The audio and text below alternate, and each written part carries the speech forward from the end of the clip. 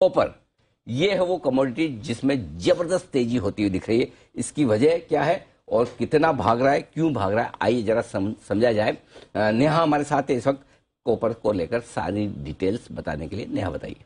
Sir, आमतौर पर देखा गया है कि जब भी चाइनीज मार्केट छुट्टी पर होते हैं, बाहर होते हैं या किसी प्रकार से पार्टिसिपेट नहीं करते हैं, तो मेटल्स और खासतौर से कॉपर है उसमें सुस्ती आ जाती है। अच्छा। लेकिन इस बार एक हफ्ते की छुट्टी के बावजूद भी हम देख रहे हैं कॉपर की जो स्ट्रेंथ है वो कहीं भी कमजोर होती नहीं दिख रही है। 8 महीने के हाइस पर है, 9400 के ऊपर हम इसमें ट्रेड होता हुआ देख रहे हैं। लगातार स्ट्रेंथ टू स्ट्रेंथ यहाँ पर मजबूती दिखाई दे रही है। अब बड़ा कारण जो है वो ये है कि पेरू, जो कि दुनिया के दूसरा सबसे बड़े माइनर्स में से आ जाता है, वहां पर हिंसात्मक प्रोटेस्ट एंड ऑल प्रदर्शन हो रहे हैं। जिस वजह से जितने बड़ी माइंस हैं वहां पर कॉपर की, वो सब काम करना वहां रुक गया है। जिंक की बड़ी बड़ी माइंस हैं, वो वहां पर काम रुक गया है। जहां थोड़ा बहुत हो भी रहा है, रिस्ट्रिक्टेड कामकाज चल रहा है, क्योंकि जो इतना हिंसात्मक प्रदर्शन हो रहा है कि वो वर्कर्स के घरों को जला दे रहे हैं, तो इस वजह से उन्हें काम रोकना पड़ा है पेरू में। तो ये एक दिक्कत है और बताया जा रहा है कि कुछ भी नहीं तो कम से कम $4 बिलियन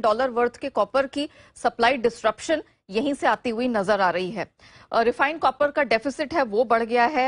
31% से ये डेफिसिट अब ग्लोबल मार्केट में बढ़ता हुआ दिखाई दे रहा है और 90,000 टन तक चला गया है। एंटोफेगास्टा अनदर बहुत बड़ा कॉपर का सप्लायर है, उन्होंने अपना जो उत्पादन का है 2022 में, वो भी उन्होंने एस्टिमेट्स घटा दिया। उन्होंने कहा 10-11% कम किया और आगे भी उन्हें कम उत्पादन के ही संकेत दिखाई दे रहे हैं। चीन की खपत बढ़ने की संभावनाएं दिखाई दे रही हैं। एक बड़ी खबर आई है कि वहां का जो माइके ग्रुप है, जो कि वहां के सबसे बड़े कॉपर इंपोर्टर्स में आता है, मतलब समझ लीजिए कि चीन 35 लाख टन के आसपास सालाना कॉपर का इंपोर्ट उन्होंने किया, तो 30% के लिए रिस्पॉन्सिबल ये है, वो चले गए हैं फाइनेंशियल क्राइसिस में। हाँ, अच्छा, ये माइकी ग्रुप को तकलीफ है तो ये तो इस वजह से जो लोकल स्मेल्टर के कॉस्ट हैं वो दुगने से भी अधिक बढ़ गए हैं। तो ये भी एक बड़ा फैक्टर निकल कर आया है और मान के चल रहे हैं सारे experts. In fact world economic forum से इतनी वॉइसेस निकल कर आई जिसमें सभी ने माना है कि ये जो डेकेड है वो कॉपर का है।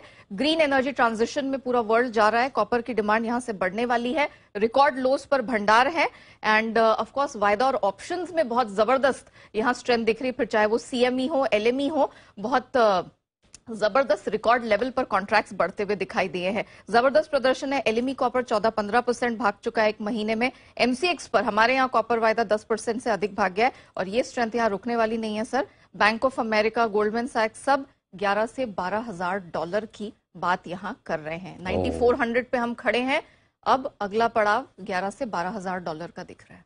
11 से 12,000 डॉलर, और हमने रिकॉर्ड लास्ट ईयर 10,800 के ऊपर बनाया तो नया रिकॉर्ड बनेगा। नए रिकॉर्ड की तैयारी है। ओके, तो ये है आपके लिए पूरा का पूरा कॉपर में बड़ी तेजी का मामला बनता हुआ दिख रहा है।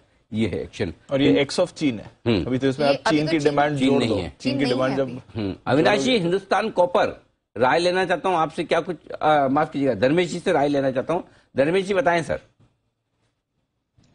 नहीं, देखिए, मेटल स्टॉक से मैं थोड़ा दूरी रहता हूँ बिकॉज उसकी सिक्योरिटी काफ़ी स्ट्रांग रहती है और थोड़े न्यूज़ फ्लो में प्राइस इनके सेंसिटिविटी काफ़ी हाई रहती है। और अगर आपका सप्लाई या डिमांड में 0.2 या 0.5% का भी डिफरेंशियल हुआ तो प्राइस में 10-12% का उछाल आ जाता है।